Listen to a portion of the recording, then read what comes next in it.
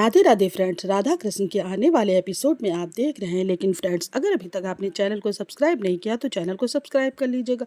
Video अच्छा लगे तो वीडियो को लाइक कर लीजिएगा। तो फ्रेंड, जैसे कि आपने देखा, श्री कृष्ण जी जो है बात कर रहे हैं और कहते हैं कि आपने किस हक से द्रौपदी का विवाह जो है कलिंग राज के साथ तय किया है। तो वो कहते हैं, बताइए केसो मैं क्या करता। अर्जुन तो थे नहीं, मैंने अर्जुन के साथ ही उनका विवाह तय किया था, जो कि महान धनुर्धर था, जिसने कि द्रुपद राज के साथ संगत किया, और मैंने उसी के साथ द्रौपदी का विवाह किया था। लेकिन अर्जुन तो अब है नहीं, तो मैं क्या करता। मैंने सोचा कि कलिंग राज जो महारथी है और वहाँ राज द्रौपदी का भविष्य सुखी रहेगा और मेरी द्रौपदी भी वहाँ सुखी रहेगी। तो श्री कृष्ण जी कहते हैं, आपने अपनी पुत्र और पुत्री में कभी भी कोई फर्क नहीं समझा। आपने अपनी पुत्री को भी वही शिक्षा दी जो आपने अपने पुत्र को शिक्षा दी। आपकी पुत्री हर तरीके से संपन्न है और सुगुण है। आपने अपनी पुत्री को हर शिक्षा दी। उसे राज्य चलाने के लिए किसी राजा की आवश्यकता नहीं, वह स्वयं भी अपना राज्य को चला सकती है।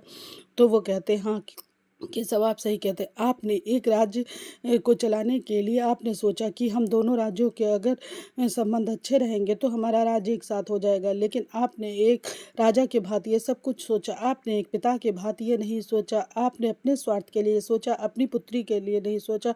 अपने लिए वर सुनने का हक सिर्फ और सिर्फ एक कन्या का ही होता है, पिता का नहीं। आपने वो हक उसे क्यों नहीं दिया। आपको चाहिए कि अपनी पुत्री का हक, आप एक पिता होकर अपनी पुत्री को वो हक दीजिए और आप एक अच्छा पिता बनिए, बन के एक राजा नहीं। आपको वो सारे हक अपनी पुत्री को देने चाहिए और अपने लिए स्वयंवर चुनने का हक भी द्रौपदी को स्वयं में मिलना चाहिए। कलिंग राज क्या उसके योग्य हैं। तो वो कहते हैं कि नहीं, पर मैं क्या करता, मुझे कुछ भी और समझ में नहीं आ रहा था। केशव, आपने मुझे सब सही समझाया है। शायद ये मैंने जो है गलत किया। मैं शायद एक अच्छा पिता नहीं बन सका और मैंने यह सही लिया। मुझे ये जो है ये हक मुझे अपनी पुत्री को ही देना चाहिए और मेरी पुत्री ही अपने लिए स्वयंवर चुने। तो श्री कृष्ण जी कहते हैं कि अच्छे पिता का फर्ज होता है कि वो अपनी पुत्री की हर तरीके से सुखी देखना चाहते हैं और आप भी अपनी पुत्री को सुखी देखना चाहते हैं। तो वो कहते हैं, हाँ मतलब आपने सही समझाया।